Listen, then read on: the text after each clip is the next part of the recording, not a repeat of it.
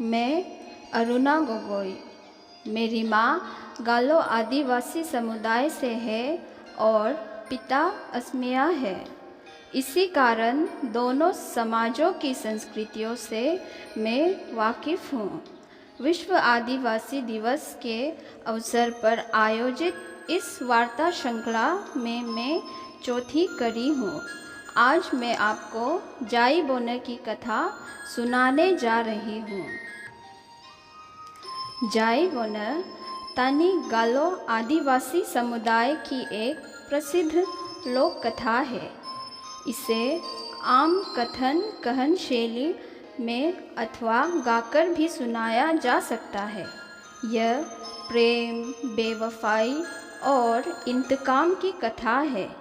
शारीरिक आकर्षण से उत्पन्न मानसिक संघर्ष और माता पिता तथा मनुष्य के स्वार्थ से उत्पन्न समस्याओं की कथा है। इंतकाम के कारण प्रकृति और समाज में पड़े प्रभाव का चित्रण इसमें देखने को मिलता है। इस कथा के द्वारा देख सकते हैं कि किस तरह एक व्यक्ति प्रेम के नाम पर अपराधी बन जाता है। धरती पुत्री जाई बोने बेहद खूबसूरत थी। उसकी सुंदरता के सामने संसार की किसी भी वस्तु की तुलना नहीं की जा सकती थी। उसकी चर्चे हर जगह थी। उसके कई चाहने वाले थे, जिनमें बूढ़ टापू अर्थात जलपुत्र, मगरमच्छ और दिदुकुप अर्थात वनपुत्र एक जंगली पशु प्रमुख थे। दोनों बहुत ही तेज शिकारी थे। मछलियाँ पकड़ने में तेज बूढ़ टापू अपने माता पिता के लिए खूब मछलियाँ ले आते और हिरन इत्यादि मारने में दिदुकुप अपने माता पिता को खूब खुश रखते। दोनों ही शक्तिशाली, सुंदर और बुद्धिमान थे। कोई भी इनकार करने के लायक नहीं थे। दोनों लड़के जाई बोने के सामने अपना अपना विवाह प्रस्ताव लेकर अलग अलग समय में जाते हैं। जाई बोने को दोनों से प्रेम हो जाता है, लेकिन विवाह तो किसी एक से ही करनी होगी।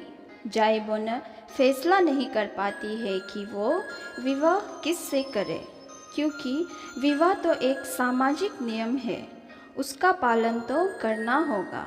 इसलिए उसने जब ध्यान से परखा तो पाया कि बूढ़ टापू बहुत ही अहंकारी है। वो अपने अलावा किसी को भी नहीं मानता। तब वो दिदुकुप से विवाह करने का फैसला लेती है। जाई बोने का फैसला उसकी माता कोदोप कोलोप को पसंद नहीं आता। बुढ़ापे के चलते सख्त मांस खाना मुश्किल होता है और दिदुकुप द्वारा लाए गए जंगली पशुओं के मांस माता कोदोप कोलोप नहीं खा पाती, क्योंकि वो सख्त होता है। अतः बूढ़ टापू को जाई बोने के वर के रूप में चुनती है, क्योंकि वो मछली लाता है जिसे वो आराम से खा सकती है। माता कोदोप कोलोप एक तरह का वो कीड़ा है जो पत्तों को खाता है। ये रेंगता है और जल में भी रह सकता है। जाई बोने माता का फैसला नहीं मानती। तब बूढ़ टापू माता कोदोप कोलोप की स्वीकृति से उसका अपहरण कर लेता है। इस तरह जाई बोने बूढ़ टापू के साथ जल की दुनिया में चली जाती है। इस बात से अनजान दिदुकुप जब जाई के घर टोकरी भर कर जंगली जानवरों का मांस लेकर पहुंचता है तो उसे सब कुछ पता चल जाता है।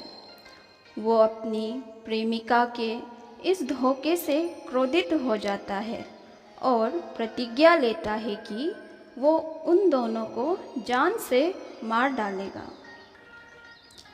बूढ़ टापू और जाई बोने दोनों खुशी खुशी अपना वैवाहिक जीवन बिता रहे होते हैं। उन्हें बिल्कुल भी ये अंदाज़ा नहीं होता है कि दीदुकुब उन दोनों से बदला लेने को व्याकुल है। वो उन दोनों को तरह तरह के जहरीले जंगली पेड़ पौधों के ज़रिए मारने की कोशिश करता है, परंतु हर बार असफल होता है। अनेक असफलताओं के बावजूद दीदुकुब हार नहीं मानता। वो सोचता है कि उसको अपनी धोखेबाज प्रेमिका और उसके पति को किसी भी हाल में मार डालना ही होगा। जंगलों में उस जहर को खोजना ही होगा जिससे ये दोनों आसानी से मर जाए। उसकी खोज जारी रहती है। इसी क्रम में उसकी मुलाकात होइन अर्थात एक जंगली बिल्ली से होती है, जो दीदुकुब को दोकामुरा अर्थात एक तरह के जहरीले पेड़ के बारे में बताता है, जिसके फल को खाने के बाद किसी का भी शरीर बहुत कमज़ोर पड़ जाता है। दीदुकुब उन पेड़ों के फलों को इकट्ठा करके उन्हें कूटने लगता है, साथ ही उस पिसे हुए जहर से संवाद करता है, उसे और अधिक जहरीले हो जाने को कहते हुए उस स्थान के जल में डाल देता है जिसके भीतर जाइबोना अपने पति के साथ रहती है। जाइबोना और बोरतापू दोनों नदी के अलग अलग किनारे में तड़प तड़प कर अपना दम तोड़ देते हैं। उन्हीं के साथ जल में रहने वाले हजारों निर्दोष जीव जंतु एक साथ मर जाते हैं। इस तरह दीदुकुब का बदला पूरा होता है। दीदुकुब के बदले की आग का असर पूरे संसार पर होता है, क्योंकि उसने संतुलन के नियम को तोड़ा है। धरती की आत्मा क्रोधित हो जाती है, उसका विनाशकारी रूप प्रकट होने लगता है। इसलिए पहाड़, पेड़ पौधे, नदी नाले आदि सभी नष्ट होने लगते हैं, जिसके कारण न जाने कितने ही पशु पक्षी जीव जंतु अपनों से बिछुड़ जाते हैं। चारों ओर दुख का साया मंडराने लगता है, त्राही त्राही मच जाती है। आज भी इस पेड़ के फल का प्रयोग अरुणाचल के लोग मछली मारने के लिए करते हैं। फल को इकट्ठा करने के बाद रगड़ कर या कूट कर पानी में डाल दिया जाता है, जिसके कुछ क्षण बाद मछलियाँ तड़प तड़प कर मरने लगती है। एक तानी पूर्वज अर्थात मनुष्य उस प्रलय के समय में भी अपना अवसर ढूंढता है। ऐसी मुसीबतों के समय जंगली जानवरों का शिकार करना आसान होगा। सब जानवर अपनी गुफाओं से निकल गए होंगे, अतः उन्हें आसानी से ढूंढा जा सकता है। वो शिकार के लिए निकल जाता है। उनके कानों में एक मधुर और सुरीली आवाज़ की गूंज सुनाई पड़ती है। ये तांगतांगा अर्थात कोयल की आवाज़ थी। तानी ने तांगतांगा से कहा, प्यारे पंछी, तुम्हारी आवाज़ बहुत मधुर है, तुम्हारी थूक भी बहुत मीठी होगी। मेरी माँ कई वर्षों से बीमार है, तुम्हारी मीठी थूक को चाट लेने से वो ठीक हो जाएगी। कोयल बोली, तानी, यह कोई गीत नहीं है, मेरे हृदय की पीड़ा है। दीदुकुब के क्रोध से मचे तूफान ने मुझे मेरे बच्चों से अलग कर दिया। यह रुदन गीत है जो वियोग से उत्पन्न हुआ है।